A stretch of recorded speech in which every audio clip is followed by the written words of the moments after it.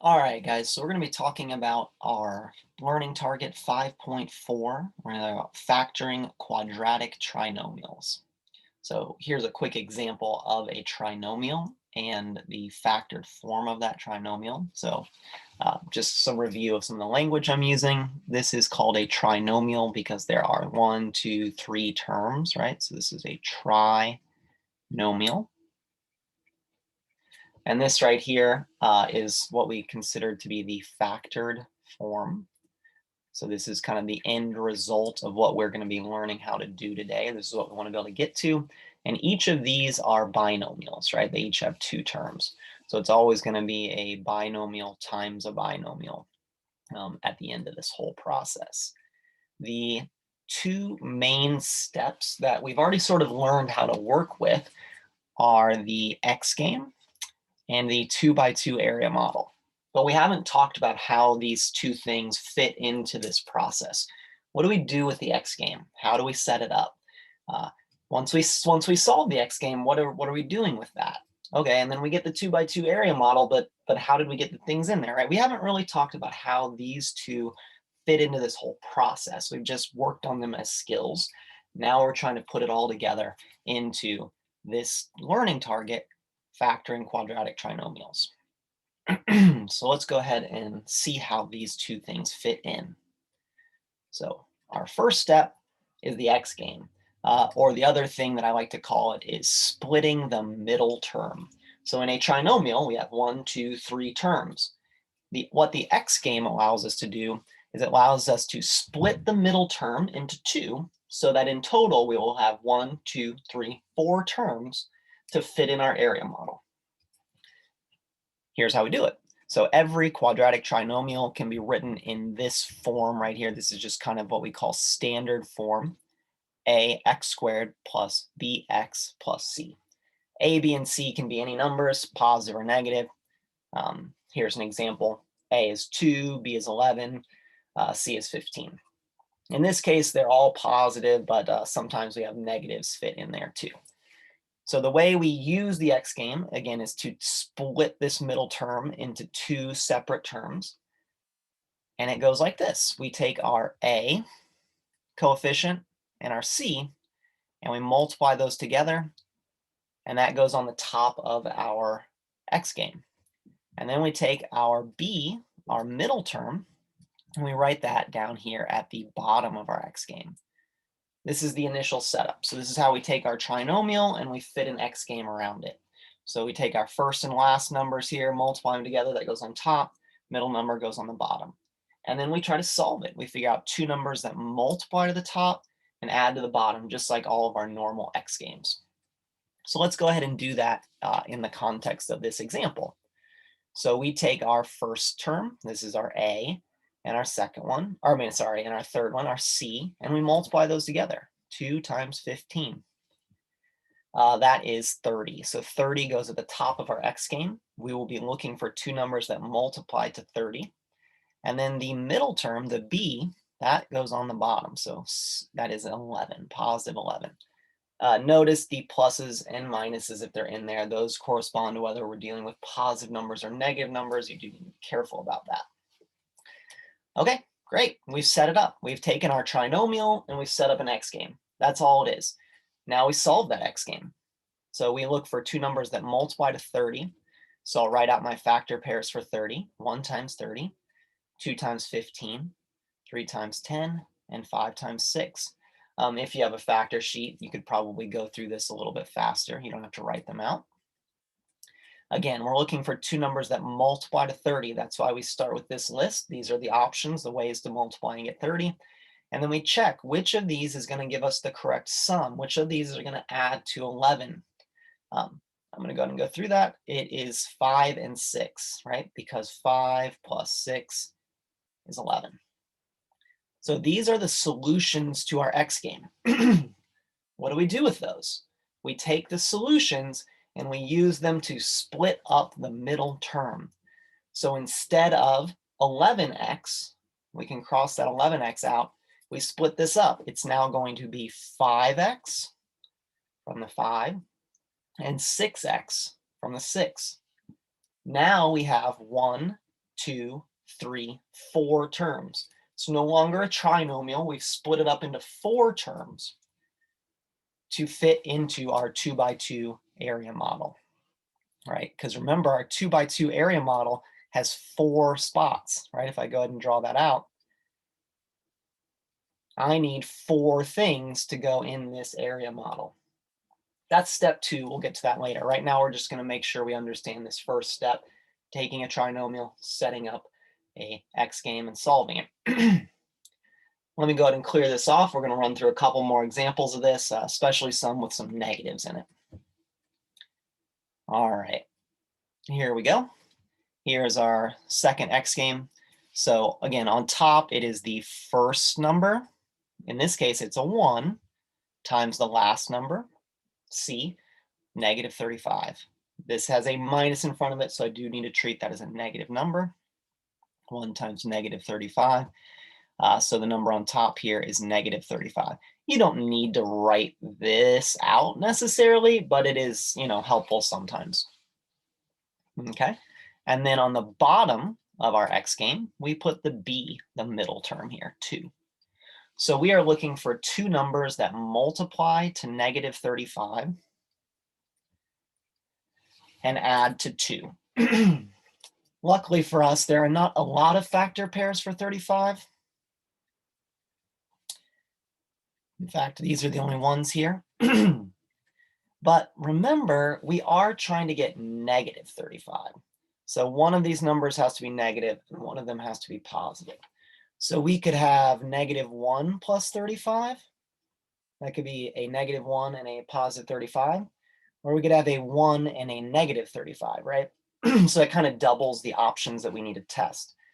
Unfortunately, neither of these work. If I add these together, I get 34. That's not what we're looking for. Remember, we're looking for 2. And when I add these together, I get negative 34. So again, still not the right answer. So let's test with the second pair. Again, we could have negative 5 and 7, or we could have 5 and negative 7. Both of those are options. Let's test them out. Negative 5 plus 7 is 2. This is 2. So that's what we are looking for. That is the solution to our X game. This would be equal to negative 2, so that's not the right answer. All right, again, the point of this X game was to take our middle term and to split it up. So now instead of 2x, I can think about this as negative 5x and positive 7x. Again, I'm getting the numbers from the solution to my X game. It's no longer 2x, now it's these two things. If we were to combine them back together, it's the same as this original one. So I'm not changing this up, I'm just splitting it into 2 different numbers. And then I'll go ahead and write these all out. So these are now the 4 terms that we will have for our quadratic that we were working with for our formerly a trinomial. Now it has 4 terms. These are what we're going to put in to our 2 by 2 area model. Again, this is step 2 right here, the area model, but we put all those numbers inside and then factor it. Let's go ahead and keep doing this. Let's do a couple more examples here. Hopefully we really understand it. Feel free to pause the video at this point and see if you could kind of set up this right now. So just try to set it up, try to figure out what number goes on top, what number goes on the bottom here. Again, pause the video and try that. Right. So hopefully you've given this an effort. I'll go through it. So our first number and our last number, our A and our C, we multiply those together. That's negative 21. That's what goes on top. And then our middle number, that goes on the bottom, negative 20. Again, with these negatives, this does make the process just a little bit more complicated, but we are looking for 2 numbers that multiply to negative 20 and add to, multiply to negative 21 and add to negative 20. So let's go ahead and list our factor pairs for 21. Not a lot of them here. There's only 2 different ways. But remember, we are multiplying to get a negative. So one of these 2 numbers in our factor pair has to be negative. And the sum, the addition, they have to add to negative 20. So from this one, we could get negative 1 plus 21. But when I add that together, I actually get 20. That's close, but that's not quite right. Or I could get 1 plus negative 21. Ah, right there, negative 20. This is the one we were looking for, 1 and negative 21.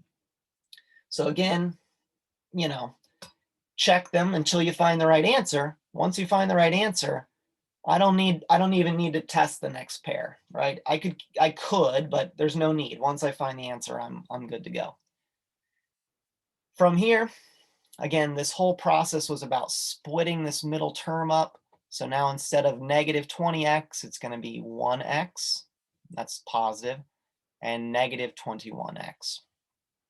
And then these are going to be the 4 terms that go in my area model. 3x squared, 1x, that's positive, minus 21x, and minus 7. Right? These will be the 4 terms that go into my area model. We're not there yet. We're going to do that part next. Let me go ahead and clear the screen here and move on to our final example of this, I believe, of the X games. All right, so I want you guys to try this one. See how far you can get on your own. So pause the video here. You'll want to set up your X game, find your solutions, and then split that middle term up. Write it out with all 4 terms here that will eventually go in our area model. So pause the video, try that. Okay, now I'm going to be going ahead and going over this whole process. I'm going to go a little bit faster since we've done this a couple times now.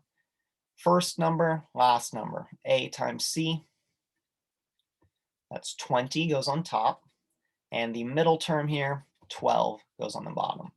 So we're looking for 2 numbers that multiply to 20 and add to 12. Fortunately, these are both positive. That makes it a little easier. 1 times 20, 2 times 10, 4 times 5. Again, because these are positive, it is a little bit easier. We need a sum of 12. You might already be able to spot it, but good if you can. Here it is. It's 2 plus 10. That's the one that's going to give us the correct sum of 12. So that's what we were looking for, 2 and 10. We could test these other ones, right? 4 plus 5 is 9. We know that one doesn't work. 1 plus 20 is 21. We know that one doesn't work. There's only ever going to be one solution for your X game. All right, we split the middle term. So it's not 12x anymore. It is now 2x and 10x. Both of those are positive. And let's write out the 4 terms that will go in our factoring box or our area model. So 4x squared, 2x, 10x, 5. These are all positives. I will say a lot of people do get confused here. Which one of these goes first? It doesn't matter, actually. It doesn't matter if I write 2x and then 10x or 10x and then 2x. The order here is not important. It is important that it's x squared, x term, constant term. But these can be switched and it'll be totally fine. No problem whatsoever. Anyway, that is our answer and we're good to go. We would, this isn't the end of factoring, but we're good to go with the X game part. All right, now, what's next? I've said it a few times, but the step 2 to this process is going to be using, our area model. So we're going to be factoring using our area model. We're going to be putting our terms in here, okay? Our 4 terms that we just found out using the X game, we're going to put them in here, right? So we'll have something x squared, something x, and then just some number here, right? Whatever the constant term is. So in general, this is just the first term of our polynomial. This is the last term of our polynomial. And these are whatever we got by splitting that middle term. And we're factoring, so we have to figure out the outside of our area model. We got to find out, how do we get this? What things are multiplying together to get us there? All right, let's jump into it. We're going to put this together with the X game, so we're going to put it all together here. All right, here we go. Factor this trinomial. So I have both of my structures that I need for this. I have my X game and I have my area model ready to go. So step one, X game, first number times last number. Set this X game up. 1 times 12 is 12. And then the middle number, the B term, is 8. So we're looking for two numbers that multiply to 12 and add to 8. So 12 has a few factors. I recommend you have your factor sheet open, but you don't have to at this point as I'm doing this problem. So these are all the ways to multiply and get 12. And it's positive, so we don't have to worry about one number being negative and one number being positive. Now we just need to see which of them gives us the correct sum. Which one adds to 8? Well, this one does not. 1 plus 12 is 13, so it's not 1 and 12.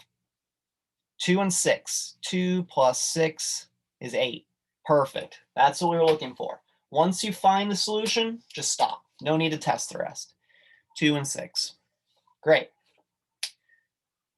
What was the point of the X game? The point of the X game was to split our middle term. Instead of 8x, we're going to split this as 2x and 6x. Now we have all four terms, x squared plus 2x plus 6x plus 12. These are the four terms that we now have after splitting that middle one. We fill them into our area model. So x squared, the x squared part always goes up here. Then the next one, 2x, then 6x, and then 12. So x squared term, x term, plain number. Pay attention to whether they're positive or negative, right? If there's a minus in front, you need to treat it as a negative number. All of these were positive, so we don't need to worry about that. Now we are factoring. We need to find the numbers that go on the outside. If you don't know how to do this, you may want to look back at the previous video, the kind of skills video where I go over X games and I go over the 2x2 factoring in depth. But I'm going to go ahead and just jump right into it. So the way that we factor is by GCF. We look for a greatest common factor in a row or a column. We can start with any row we want or any column that we want. I'm going to go ahead and start right here. You could go wherever you want, though. So we're looking for a greatest common factor between x squared and 2x. The first thing that I notice here is that they do both have x's. So they have an x in common. You're going to notice that there's always an x here, and there will always be an x here in these two spots. That's just something that's always going to happen with this process. But the more you do it, you'll start to see that. And now are the numbers. This one has a 1 and this one has a 2. So you want to know what's the greatest common factor between 1 and 2. Well, 1, the only way to multiply and get 1 is 1 times 1. And the only way to multiply and get 2 is 1 times 2. So the only factor they have in common is 1. All numbers will have a common factor of 1 at least. We have the choice of writing that there. We could write this as 1x, or we could just leave it as x, right? Remember that x all by itself implies that there is a 1 there. It's not necessary to write it. Now, I'm going to leave the 1 here for now, but feel free to leave that off. There's no reason to have to write that. If it's a different number, if it's like a 2 or a 3 or something, then we do have to write it. But here, we do not. Now, once you find the GCF of a row or a column, you should be able to figure out the rest of these numbers by understanding how the 2x2 area model works. So we have 1x times something to get 1x squared. Well, I'm going to think about the x's first. I have a single x here. I need another x in order to multiply and get x squared. X times x gives us that x squared. Now, since the number here is 1, 1 times 1 would give me 1. Again, all of these 1s are kind of not necessary here, right? 1 times 1. I can leave those all off, or I could put them back. It does not matter to me if they're there or not. For this problem, I'm going to leave them, but you can leave those 1s off.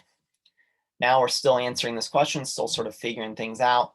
We're looking for what numbers need to go in these other two places. So we have 1x times something to get 2x. I already have an x, so there will not be another x here. 1 times 2 gives me 2. And then let's move down here. For this one, I have a couple options. I could use this multiplication, 1x times something to get 6x, or I could use the multiplication to get this one. 2 times something gives me 12. Both of them should give me the same answer. They're both going to be 6. 2 times 6 is 12. That works. 1x times 6 is 6x. Both of those do work, and you can use either one to help you get the answer.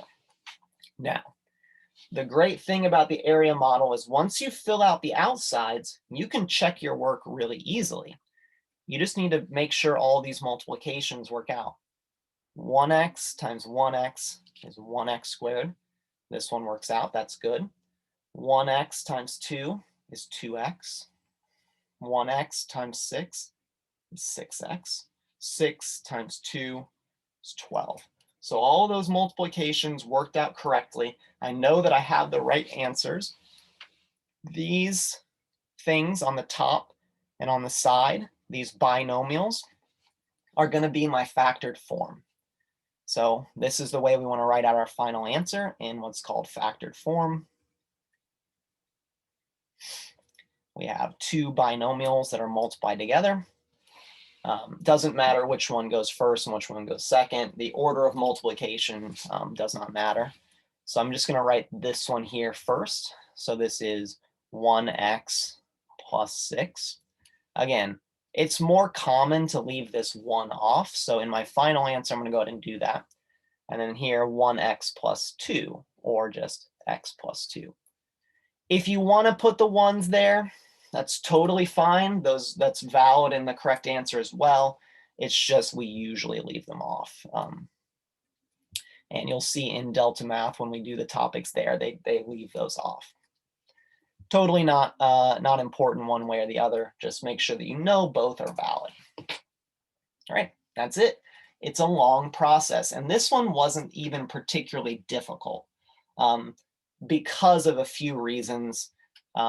Mostly there were no negatives involved. The negatives can make this process just a little more complicated, but you know, it's a long thing. There's 2 steps, and each of those steps have many parts to them. So a lot of places to mess up, a lot of places to kind of get lost here. All right, I'm going to clear this off. I'm going to go ahead and do one more of these. All right, here we go. We have 4x squared plus 8x minus 21. This is our trinomial. Remember our answer, we're going to try to write it out here in factored form. Want to know what 2 binomials multiply to give us this. Step 1 is the x game. So we multiply our first number, 4, times our last number, negative 21. 4 times negative 21. This one is going to be a little harder because of this negative. It will make things trickier. That multiplication is negative 84. And then our b value, our middle term, is 8. So we are looking for 2 numbers that multiply to be negative 84 and add to be 8. So let's list out all of our factors for 84, or let's consult a factor sheet, however you want to do that. We have 1 times 84. We have 2 times 42. We have 3 times 18. We have 4 times 21. And we have 6 times 14. Okay, so that's a lot of factors. Just straight off, that's 1, 2, 3, 4, 5 different factor pairs. So that's a lot of things to test. But also, it's not positive 84, it's negative 84. That is that's going to make a lot, right? Because now there's two options for each of these things that we have to test, right? It could be positive 1 and negative 84, or negative 1 and positive 84. That's 2 for each of these. Here's what I'm going to say. Don't test them all. Start by testing ones that you think are going to work first. So you know that when they add together, they need to be 8. Use that to your advantage. Think about ones that are going to add to be 8. Just looking here, 84 and 1, there's no way that's going to work out. There's no way I add those together and get 8. Whether one's positive and one's negative, it doesn't matter. That's just not going to work out. 84 is way too big compared to 1 to give us 8. So that's just not an option here, right? Use that sort of thinking to help you not test things that you're sure aren't going to work. Anyway, if you list them all out, you will find that this is the factor pair that works, 6 and 14. We need -6 and +14. When those add together, we get 8. And if we multiply them, they do give us -84. So -6 and +14. That was the solution to our x game. Remember, the solution helps us split up this middle term. So it's going to be 4x squared minus 6x, because that's negative, plus 14x minus 21. Okay, so these are the 4 terms that are going to need to go in our area model. So let's go ahead and write those in there. We have 4x squared minus 6x, so negative 6x, plus 14x, so that's positive, minus 21. Again, these two numbers here can switch places and we'll still get the right answer. They don't actually matter, but it's always x squared, x, plain number. That's always the setup. I just kind of go through it like this in this sort of zigzag in terms of filling it out. Start up here and move this way. All right. Now we are factoring, so we need to figure out what goes on the outside of this area model. We can start with any row or column and find the GCF to get us started. It's totally up to you which one you want to pick. Yeah, it doesn't matter at all. I generally start here unless for some other reason, you want to start somewhere else, but I'm just going to start right here. I'm looking for the greatest common factor. We call that the GCF of 4x squared and -6x. Right off of the bat, I see they have an x in common. And then 4 and 6. What is the greatest common factor of 4 and 6?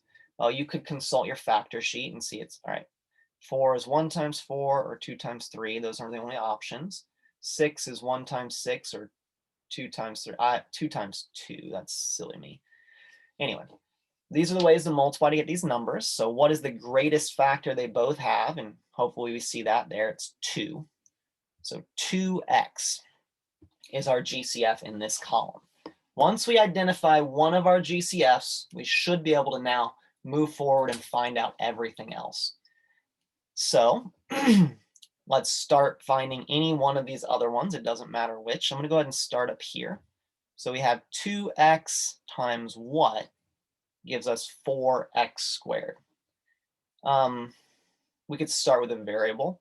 X times x, we need another x up here in order to get x squared. 2 times 2 is going to give us 4. There we go. And then remember, double check it. Make sure that multiplies. 2x times 2x, 4x squared. Works out. All right, now I'm going to go ahead and go up here, figure out this one as well. We have 2x times something gives us -6x. Well, we already have the x, so we don't need another x here. 2 times what is going to give us 6? 3. 2 times 3 is 6. But where does this negative come from? That negative is only there if we have a negative somewhere. Since we know this one's not negative, this has to be negative. There we go. Now we have a positive number times a negative number. That's going to give us a negative. Also, you should notice that in this column, they have a negative in common. So there needs to be a negative up there. That's another clue for you. And now let's go ahead and find this last place here. We want to find what multiplies together. So whichever one you want to use, I'm going to use this multiplication. So 2x times something gives us 14x. We already have the x. We don't need another x here. 2 times what gives us 14? It's going to be 7, positive 7. Once you have all your things around the outside, you can double check and make sure everything multiplies out correctly. It does. I'm not going to do that step, but you should check. And now we need to write our final answer here in factored form. So my first binomial, doesn't matter the order, but I'll use this one as my first. It's 2x plus 7, because that 7 is positive, and then 2x minus 3, because that 3 is negative. And that's the factored form. That's our answer. That's what we're going for. It's a long process, a lot of places to make mistakes. You really need to pay attention while you're doing this. All right, I'll see you guys later, and yeah, good luck.